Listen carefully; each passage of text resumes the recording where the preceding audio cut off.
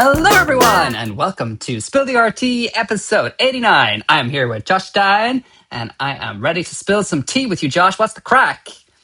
89. 80, 89. 89, 89, 89. I got my voice back. I'm able to speak I'm this week losing. again. You got your voice back. It sounds like I'm losing mine. I know, Wow. right? That was a bit squeaky. You were sounding a bit like a mouse. We're so old. Well, actually, it's because I don't talk to people anymore. Here I am in my new place. I spend so much time in my new studio by myself. It's so nice. I don't talk in a given day to anybody. It's wonderful. You big hermit, you. Me, yes, 100%. You big hermit. You big hermit. Are you enjoying the lovely weather? It's nice and warm here. Oh, well, where I am, the weather really doesn't change. It stays very much on an even keel all day and all night. And so, yes, it's very nice. I can paint any time of the day or night, and it's just the same all around me. I love it. Love that. How are you Love doing? that. Yeah, it's a bit hot here. It's a bit hot. But you know what? It's fine. I think everybody's going to come to realize that actually, you know what? AC is probably going to be a requirement from here on forth. So we just have to give in and be like, let's make that investment. Let's make that Just, investment, people. just more of the Americanization of the world. Sorry. It's not necessarily an Americanization. It's just it's a thing that we require. Um, it doesn't necessarily mean that it's American, Like but fast food or pizza. It's just yeah, something that I'm we not like. really here. I'm not really here for that. And I learned this week as well that those sort of foods actually are very bad for your cortisol levels. Would you believe? So no more takeaway for you? I don't really go for it. I prefer like a nice salad. It's good. Yeah. Okay. Okay. And then goes the tumbleweed. Eamon likes a salad. Oh my goodness, that's I'm just like, ridiculous. well, after I eat a salad about the size, I'm like, I guess I'm hungry now for something. It's Nah, not. nah. It's all good. We're making everybody hungry, Josh. We're making everybody hungry. I was out to dinner with family a few days ago, and they served me this giant salad. And at the end of it, I said, "Okay, is there something to eat now?" Because like it was just salad. It's nothing. There's nothing. Nothing. Was it This is just why you have rabbit trouble. food, as they call it? Rabbit This food. is why you have trouble gaining weight because you eat salad. I don't. I eat all sorts of proteins and carbohydrates. Sure, I and I'm salad. probably I'm one of those people that doesn't like carbohydrates. Let's bring on our guest. I bet I Yeah. can get something to back me up on this one. Come on But down. we'll bring Enrique on, our fabulous Yeah, guest, in a second. But I think you need yeah. to do a And job first. no, no, no. I want to bring him on first You to want to back bring this him up. on? Okay, okay, right. We'll Yeah, bring. We'll, bring him on okay, first. okay, okay, okay. Enrique, come Hi, on in here Enrique. for a second. Hi, Enrique. Enrique, Hello. Enrique, you're coming into the pre-show. What? What? Okay, What? What? salad, salad, salad. Come on. Do you like a good salad? Do you like a good I'm salad, Enrique? I'm not that much of a salad person, I have to say. Oh God! So there's this running joke in my You know house. why? You Why? know why? Because Why? why? Because you go for okay. When you go out for tapas, when I have was to the last take time you these had off. I can't see. salad for tapas? It's not. It's not how that works. It's been a long time that I don't go out and ask for a salad. Like, yeah, I Love can a feel salad. it. Love a salad. Yeah, love it. Love it. Okay. Absolutely here for it. Do you know? I was going to say a story in my house. Story in my house. So if I have like a lasagna or maybe a spaghetti bolognese, typically it's definitely Italian food. I would have some salad with that because it lightens it. It helps digest it. And so Sure. people think that are like, oh yeah, let's just add something to it to lighten it because that makes sense. But I'm kind of like, it does. It helps the digestion process. You That know. is true. That I do as well. Dude, see, excellent. So I'm not crazy. I'm not anti side salad. I'm anti salad as meal. How's that? This is becoming a headline story now at this point. Is this episode? Are we talking about salad? Spill the RT. Sorry, spill the salad tea. It's 2.5 years. I'm changing the format. There you go. Okay, Go. we're Are you 4 minutes ready? in and we're still Are we talking about ready? salad. Yes. Are we ready for this week's stories? Okay. Okay, what's So happening? this week, newly unearthed John Lennon drawings make their public debut. Okay. Dataland, the AI art museum, the world's first AI designed vaccine. Humans prefer to walk counterclockwise, and sourdough bread made from 5,000-year-old mummy Ooh. yeast. All that and a beloved returning guest Mr. are up Enrique next Hernandez. as we spill the art tea. I don't like sourdough bread either. I I know. don't. Well, obviously, I've been in the Bay Area for a long time, so we'll get to it. We'll say Okay, okay. save that little last piece of Well, joy. stop talking about food until the end of the show then. How about that? So we all know John Lennon. Yes, we all know Yes, John Lennon. of Beatles John fame. Lennon was a John Lennon was an art student. Some Mm. people may know this, right? The Beatles actually were art students, and so John Lennon actually did a series of drawings which have apparently not been surfaced for like many decades. Guess what? They're now available for view. I don't know what we're looking at, but it doesn't look like a John Lennon drawing. Now, this is just a picture of him drawing. But here's one of the Ah, drawings. I've got four or three maybe. I'll check in a sec, but I definitely have three. Here's one of someone's ass. the backstory on this is the Beatles apparently did the very first music video in 1964. It was a 2 minute animated video. And so what you're looking at are sketches that Lennon did that were stills essentially from this 2 minute animation. So Ah, that's why they have that kind of like proto 60s flower child, right? Like you look like it feels like what you look song was it? say God? Do you know what song it What? was? Do you know what song it Oh, was? it was in the article. I don't remember. I don't remember. But it's Love, an early love, Beatles love. song. And like I say, a 2 minute video. It was the very first one that they had ever done. And so there you go. I wonder is it all you need is love because love is written across her. No, that was later. I'm saying that was later. Okay, No. yeah, yeah. Let's see. Hmm.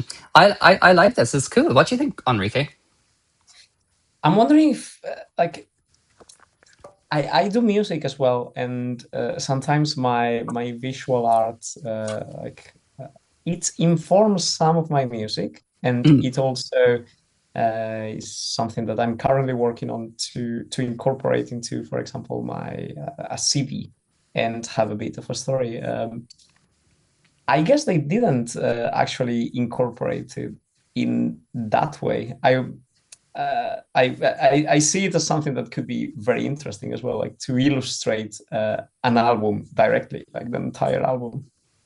Mm. This was the song "I Feel Fine" from 1964, Ah, I feel fine. Well, and the here's. music video was called "She Said So." I don't know.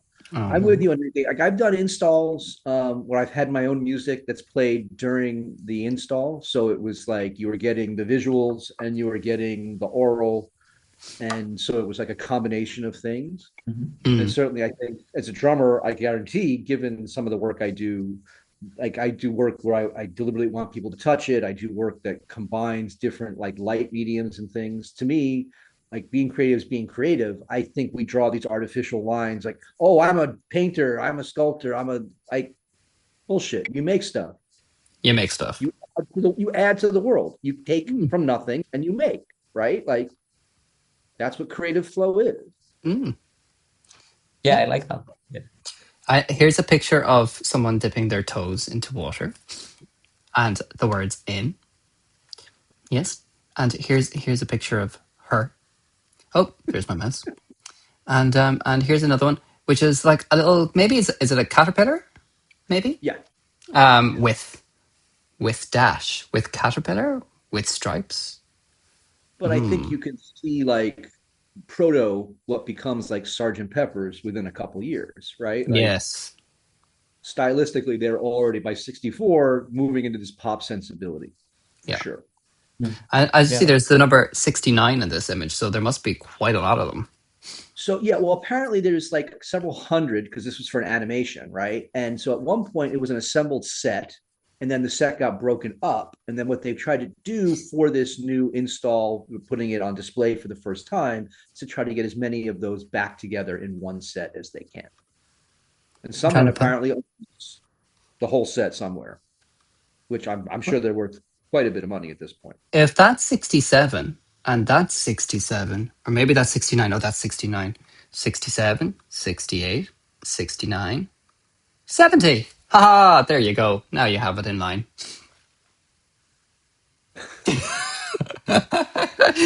You have to watch the visual version of this podcast in order to see what I just did there.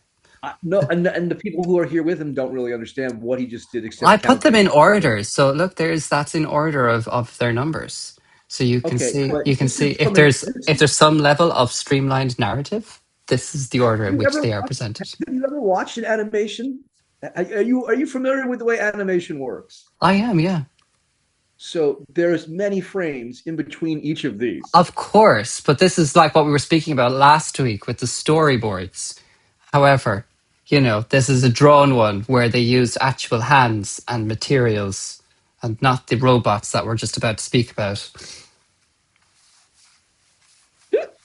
Is that a nice little segue for you there, Josh? So, Enrique, do you know who Rafik Anadol is? Mm, not No. really. In the US, he's very, very famous because at MoMA in New York, when you Mhm. walked in, there was this giant moving, it was described as a screensaver at the time, but it was AI produced, a constant swirling of color. Okay. Anadol is the one who put that in motion, no pun intended. And so he's become known as this like progenitor of AI connected artworks. He and his wife, who also is a painter, just opened what they call Dataland, the first AI art museum. SNLA. Datalands. Yeah. Yeah. Oh, And wow. so it's like an immersive install, as many of us have experienced in the last few years, right? Think of like the Van Gogh installations, for example, the Mm, traveling road show of, right? Cover every surface with art and call it an experience. of course. It's the same thing. It's the same thing, except in this case, it's an AI that's doing the generating. And this one happens to have a tropical kind of theme. Mm, Do with that as you will, do my such. art. I wonder Both of all how. three of us, we're all Uh, painters, right? We're all painters here. So that's so like, okay, so what makes it? Obviously, the images are generated, but is it like live generation? Does something yeah. happen new all the time? And what's prompting it, or who's prompting Well, it, or no, it's not. It is generate. I guess when it was originally made, it would have been live generation, but then many of them are on like loops. It's like an eight mm, minute loop. And so it's not, I guess one could argue it's not a screensaver, which is infinitely generative generally, right? I'm thinking about stuff from like the late 1990s with yeah, graphics moving around on your IBM PC screen or something. But because it's on a loop, it is more like a typical kind of art install that you would see in any museum or gallery around the world, right? You put on the headphones, you listen to whatever you listen to for 5 minutes on a loop. The next person hears exactly the same thing. In this uh, case, it's an immersive experience, right? okay, And the artist, if you will, is code. But I excellent. guess they started with prompt somehow, right? I guess they must have chosen uh, some of it, like for example, um, the bird that was showing before, or So it's interesting. Okay, so what Adendall claims they're doing is like they're going out to places like Brazil and they're gathering data, and then they're turning that data into art, right? And so the reason the birds show up is that they gather data on these like species from the tropics that are in danger, and then it gets turned into like, to me, it's an excuse. It's a way of like trying to justify having your data be visualized for you and calling it art, right? Mm, This shit does nothing for me. I'm sorry, it mm, just doesn't. And you can say, well, look at the artwork behind you, Josh. Yeah, but I painted that by hand. You know how yeah. long it takes to paint a 36 by 48-inch canvas in nothing but triangles to make hexagons? We're talking a month of time. Hmm. I'm not like, woo, look how great I am. I'm just saying you could have an AI code this same thing for you in about 4 seconds. Mm. But it won't have the same authenticity. It doesn't, well, what Benjamin would say is that the aura is missing. Yes, yeah. There was something as well that I was thinking when I saw this headline on the article. I was thinking, oh, maybe it's just going to be an exhibition of like a data center with loads of like hard drives or something stacked up, and it's just like and a couple of like cooling systems as to how it operates, and maybe and proof of all of the oceans that it's been using to actually generate all of this AI. That's the kind of thing that a human would have done. Yeah. right? That's what I'm going to do in comparison, by contrast.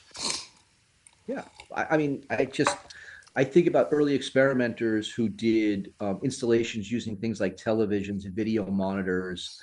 There's a couple in particular I was thinking of, like they would set up cameras for the visitors who are coming to the museum, right? And then what you're Mm. seeing on screen is yourself from this odd angle that you're not expecting, right? Like Yes. that is a spontaneous generative process that is human driven and Yeah. facilitated by the technology. It's not the Mm. technology just being technology. That's almost kind of like what voyeurism or something, or trying to you experiencing Well, a different kind of viewpoint of yourself without being kind of look, conscious of it. do some drugs, open up a car and watch the engine whirl for a while. You'll get essentially the same kind of mental reaction. It's just white noise, mental, like, Don't even need the drugs. You get the fumes from the petrol. sure, that too. But I just, I'm not, like some of this reminds me of the debates about like painterliness for painters, of how much the hand stroke should be visible, how much of the person who made it should matter. I do think humans matter in the mix because it's Mm. art for humans. I'm not making art for machines, even though Yeah. it's going to end up being digested by the machines so they can make art, right? I mean, that's Mm. how a lot of this stuff has been produced, by illegally scraping and then saying, hey, look, I can make art now. Yeah. That's not, nah. Going back to what we were talking about last week about like painters experiencing feedback from like the process, and I think that's like, what are you going to do? Ask AI to generate an image, then ask for its opinion about what they've generated?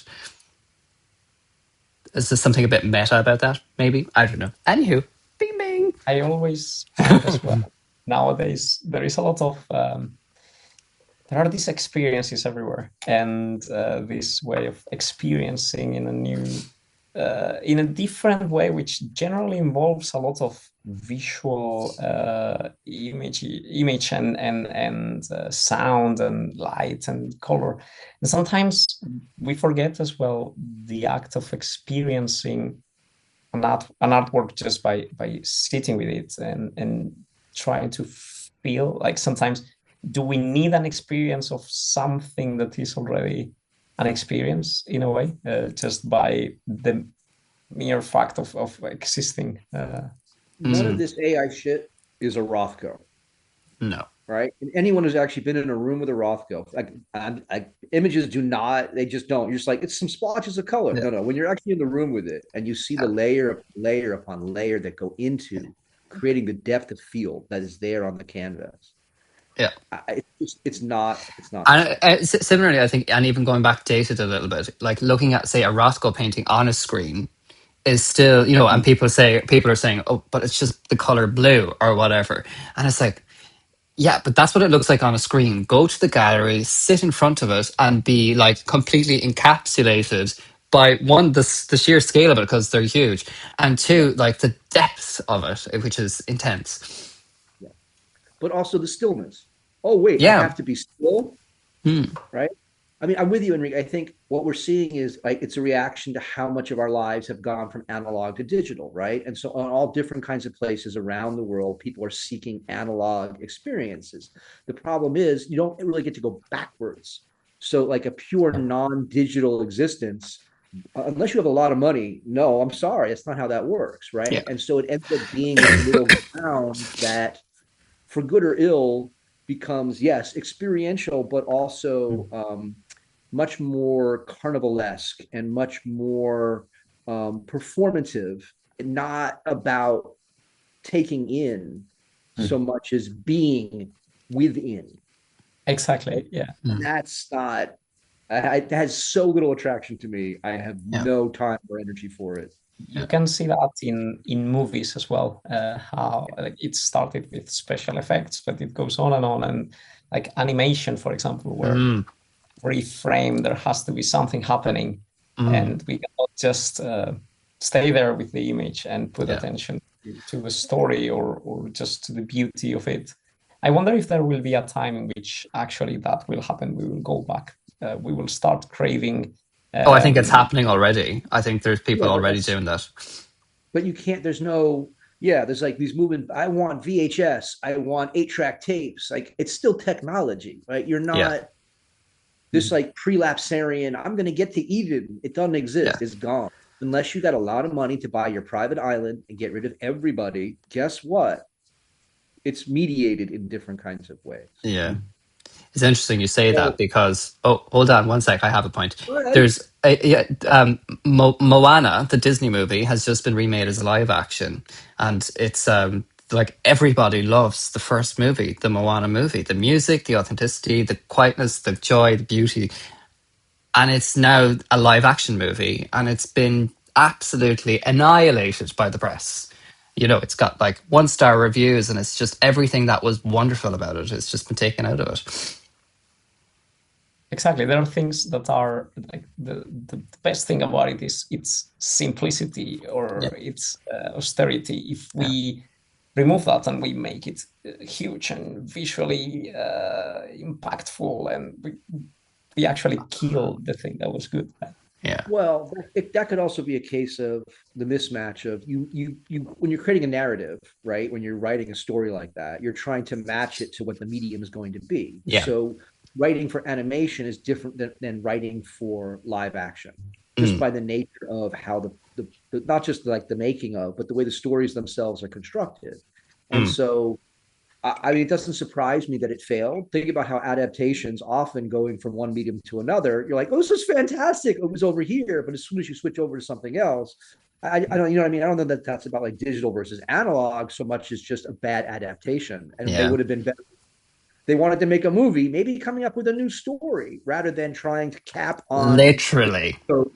Yes. I mean, I Disney. think that's what we are losing. Yeah. that's where commerce, as always, intersects and like artism gets enfolded into commercialism, right? Like, anyhow, poof. But with that Oof. said, Enrique, you're in Cambridge. This is coming out of Cambridge.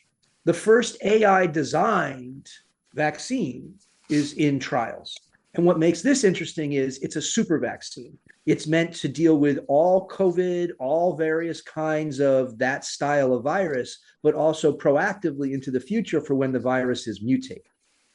And so this was obviously not something that a human could design, but AI apparently can spend all the time in the world grinding away at these kinds of problems. I'm in favor of that shit. I ain't got time for this.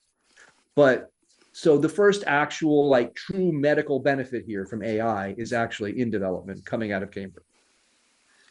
This is I think quite an interesting use of AI, and I think it's something that we should probably Yeah. be endorsing more.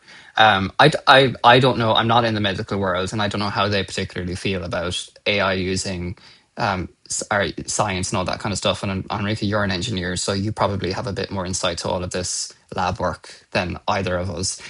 But it's like I suppose even if it's doing that the laborious work of all the different trials that people have to do in order to come to a solution, I think this is even eliminating or reducing that step is something that I suppose is only going to be beneficial. So Enrique, the resident scientist. If I mean, I'm not into medicine that much, but if I understood correctly, in chemical compounds, sometimes there are like a number of combinations that are Mm. possible or viable, but and these numbers grow and exponentially, and it's difficult to just test what could be possible, even if it's not going to solve the problem.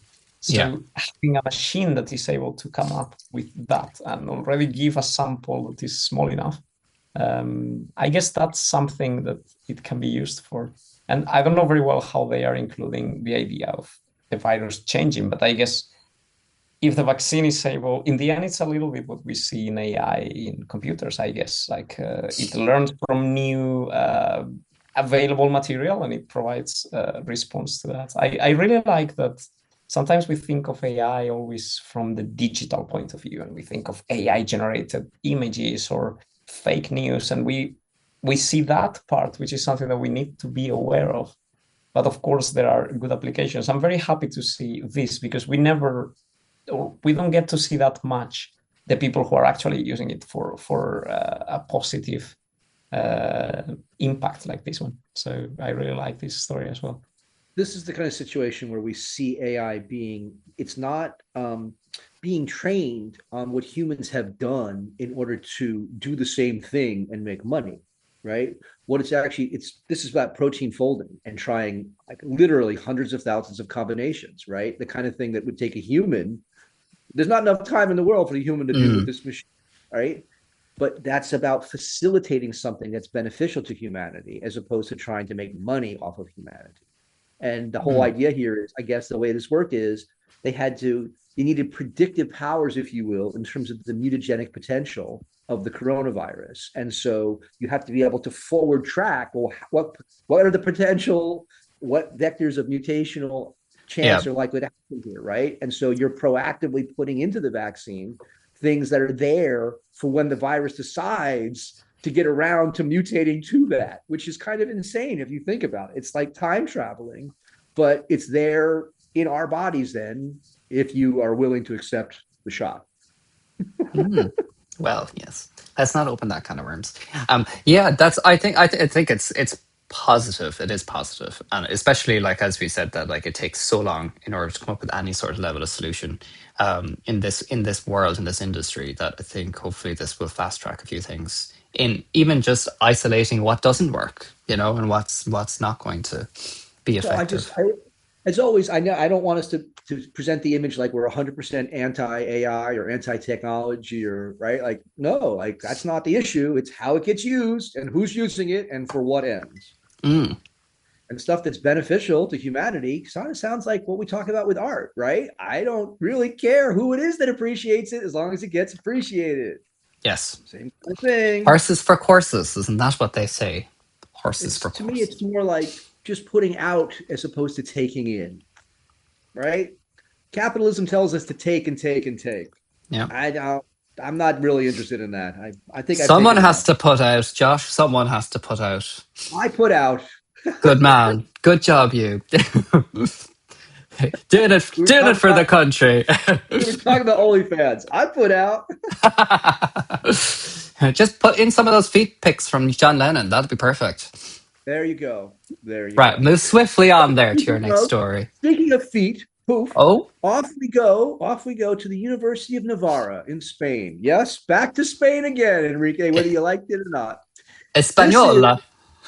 this is a study that was done, and apparently humans really don't like to walk clockwise. They like to walk counterclockwise. And this actually has such a strong impact that other than back in the very first Olympic Games in 1896, everything in track has been set up so people run to the left, not to the right. Runners don't like to run to the right. Think about car races. The cars go around and they go to the left, not the right. And so they were like, well, why is this the case? How come is it that if you could give like, you can go either direction, 85, 90% of people are going to the left instead of going to the right. Well, okay, what's the proportion of righties versus lefties? It's about 90-10. So it has something to do with the fact that most people are right foot, right hand dominant, and that makes them want to turn to the left for some reason as they walk.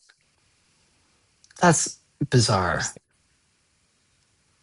I can't tell you. I can just tell you that's what the research revealed. And then so they were Interesting. like, well, is this true?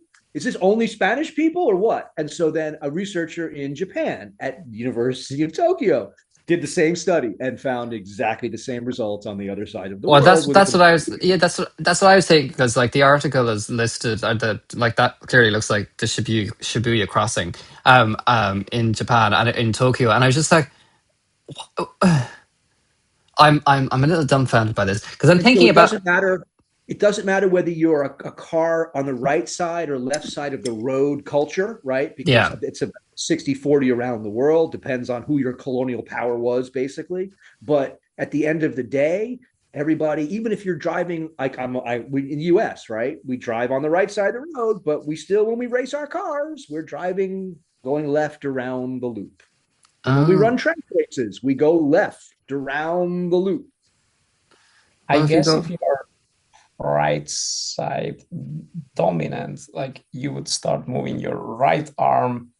So like you would turn that way, right? That's the arm that you leave. But if you think Or about it, you use your right leg. I don't but we're know. talking about propulsion versus choice of direction, hmm, right? And so hmm, all they could figure out was okay, the same kind of percentage of people seem to be turning to the left versus the right. And the same percentage of people kind of have righty versus leftism. And so there's some kind of connection there, but they have not established a true causative. But there's something there, right? Interesting. In the same way that being right dominant actually means left hemisphere brain. So I'm just trying to think about it as like as a track. So like as like a dog track or because that's obviously humans or dogs, but then like a race track or like an F1 track or something. They usually start, if you're looking at them, they are usually going, they're going that way Yeah. to come back in around. And even the road races, like the F1s that take you like through the city or whatever, watch the looping of the way they're looping around. I mean, sometimes they are going straight, but tracks are generally done so that you're going counterclockwise. And like I say, this was such an issue that the runners in the Olympics protested. They were like, we can't do this. You have to change this. This was back before the turn of the 19th century. Yeah. Some people are just silly. Just humans are bizarre. Now, are you ready for how bizarre humans are? This is the degree of ready for this one, right? So remember Ozzy, the frozen man from the mountains, right? They found this frozen mummy. He's like 6,000 years old, frozen. Okay, so they defrosted him. And in the process of doing so, they got yeast that was on him. And they cultured that yeast. And they made sourdough bread from that yeast. And now, when I say they, to be clear, when I say they, I'm talking scientists here. These are not random brewers, bread makers. The scientists, they're cray-cray. Scientists were like, how viable are these yeast? Let's see. Viable enough to make sourdough bread, and apparently viable enough that they're thinking about making beer, because it's brewer's yeast is the same yeast that you Saccharomyces. I was waiting for the word beer to appear. Have your beer, have your sourdough bread. It was made and derived from 5,000 years ago from this. To be fair, mummy. neither the bread nor the beer in the future would be like, they're not actually in contact with Otzi, the frozen mummy, right? But what is being cultivated came from, I don't know what part of his body. I don't want to know what part of his body. Like, it could have just been his hand, Josh. There are people that make cheese from breast milk and vaginal yeast. I don't want a slice. Thanks. He went there. I did. How is this? It's just a spectrum, no pun intended. And this is part of the spectrum I'll avoid. Okay. I feel. Where are you, Enrique? I feel Enrique should have an opinion. Excellent. Good segue. I don't think I would try the bread or the beer. You'll have it. If I put it in front of you, you'd eat it, wouldn't you? You wouldn't say no. I mean, it depends on like if you tell me the origin or not. So I give you a meal of 5,000-year-old yeast bread, breast milk, vaginal. Where is breast milk coming from? We're talking about. I'm making this into a full meal. Okay. And then beer that is brewed from this old yeast. It's all human derived. Okay. This is definitely not what I have planned for tonight. No. It's certainly not a salad anyway, that's for sure. You might have won that argument in the end here, Eamonn, if actually the choice was a big salad, or for Seinfeld friends, you'll know who I'm talking about here, a big salad on one side, or the meal I've just described on the other. I will actually probably go with the salad. In fact, I can say with that certainty I will. And do you know what happens to salad if it's like a day old? It withers. It wilts? Yeah, exactly. So it's a very clear indication that, that salad is not good for you. The sourdough bread, bread looks fresh. It looks fabulous. Little did you know there's got 5,000-year-old yeast in it from a mummy. What kind of salad are you buying that goes bad in one day? That's bad salad. Welcome to the future, Josh. All the supermarkets are now selling stuff that lasts about 7 seconds. You get home and it's wilted. Would you stop? I think it's time to relocate, my friend. Come I here know. to the United States. Sure. Absolutely. I'll go there. Absolutely. Sounds wonderfully inviting. You married an American. You should And be able he to doesn't fall. even want to go back there. What does that He say? really Huh? does. Huh? I bet he must not eat a lot of salad, and so that, He because doesn't eat a lot of salad. I will give him that. He's not one for salad. No, he's all for the burgers that we spoke of earlier. He'd love that takeaway now, no problem. Yeah. see that All for the that's an take. American. That's an American. There you go. All for those burgers and fries, baby. French fries, of course, because they're not chips. We call them chips. Good old hearty chips. Anyhow, I just thought that that was an interesting That's not way. crisps, by the way. Sorry, after your interesting way of. Amo, you always want a good science story. I figured the 5,000-year-old yeast was a. I'm telling you, Josh, you're setting me up perfectly for the MSc I'm doing next year. It's all setting in here into my frontal cortex. It's all going in. You know me. I'm always in your corner. So, Absolutely. Enrique, why don't we turn to talking about you? What have you been up to since we last had you on? I've been more focused on painting. Oil painting is something that I've been doing quite a bit, and I recently had some work exhibited at the Art Academy of London. As you can see in the picture, and I've been doing a lot of portraits. I'm really interested by the human figure, and I've been playing a bit with color as well. Is something that I plan on doing as well. I'm thinking of how to incorporate a bit. You can see in one of the paintings, definitely it's way more saturated, and it's something that I've got now as well planned for the next months to try to expand that a little bit. I know these paintings are very focused on the face as well, so I'd like to start from there and grow a little bit more, add a bit of the body. I'm really interested in perspectives as well. I have some plans on experimenting with some things and adding them, but yeah, this is what I've been doing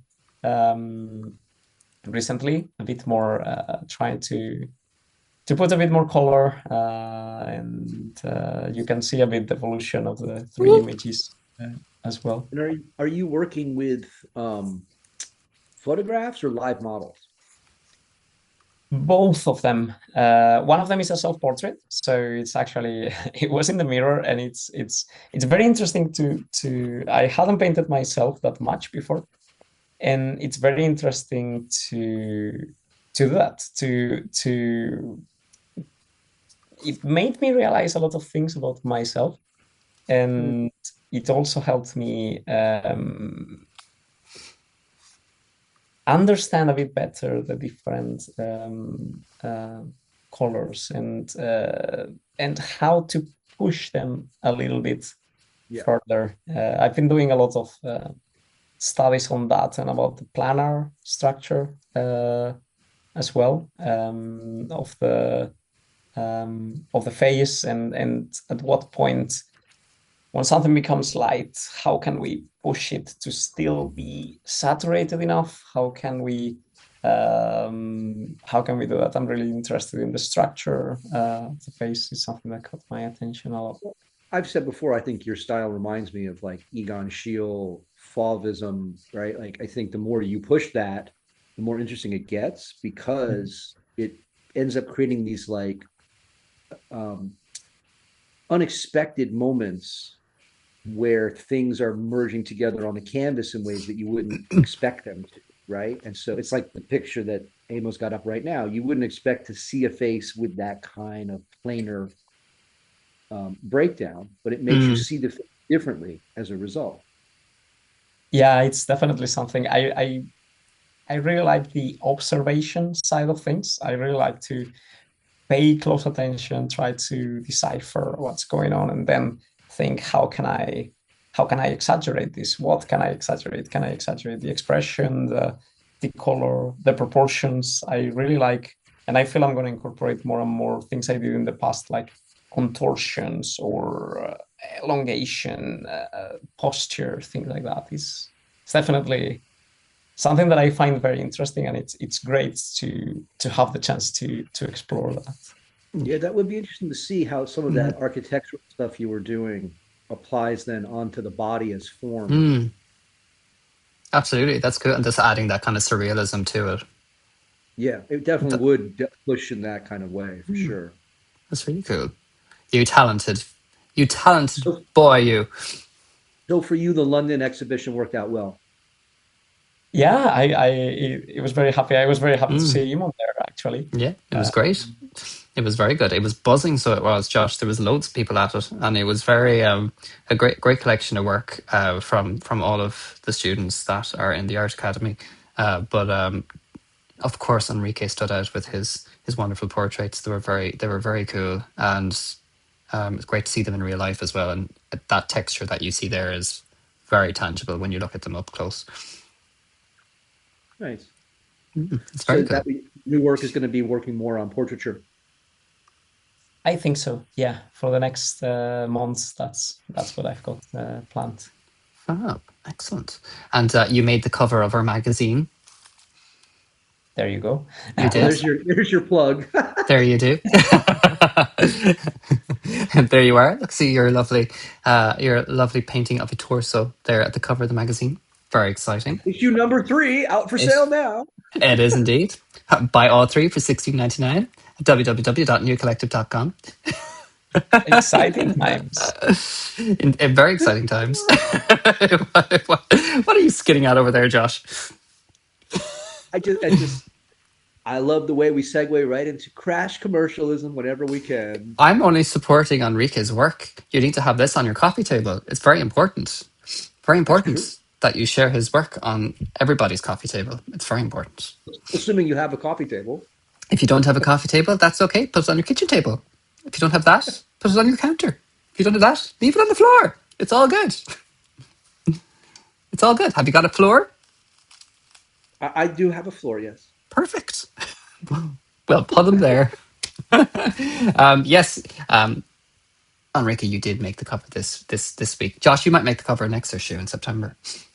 I don't know. We'll see. We We'll shall see. We have to see what you put in. I don't know. Very exciting. Very I exciting. can't Very even predict tomorrow. I can't predict even tomorrow. So who knows? September is a long time away. You're just living for today. That's all. Living for today. Living for the moment. Living on the edge. Living on the moment. I don't want to get us copyright. I don't want to get us copyright struck. That's okay. That's okay. You won't get copyright struck. That's fine. It's fine. No, the way none I of us, sing, none of us I were will in probably- tune. It's all good. It's all good. I don't think it was decipherable as to what the was that we AI, were the singing. AI filter couldn't even figure out what I was saying. I guarantee it. That's why we just have to completely flip it so that, people are going to want to listen to things out of tune. That's just where it's at. That's just where it's at. Thank you for coming on again, Enrique. We appreciate it. And we appreciate you, Enrique. Me. We appreciate you, Enrique. You've been a fabulous guest as always, sharing and spilling the RT with Josh and I. Thank you so much for having me. It's always great to be here. And yeah, nice to see you both.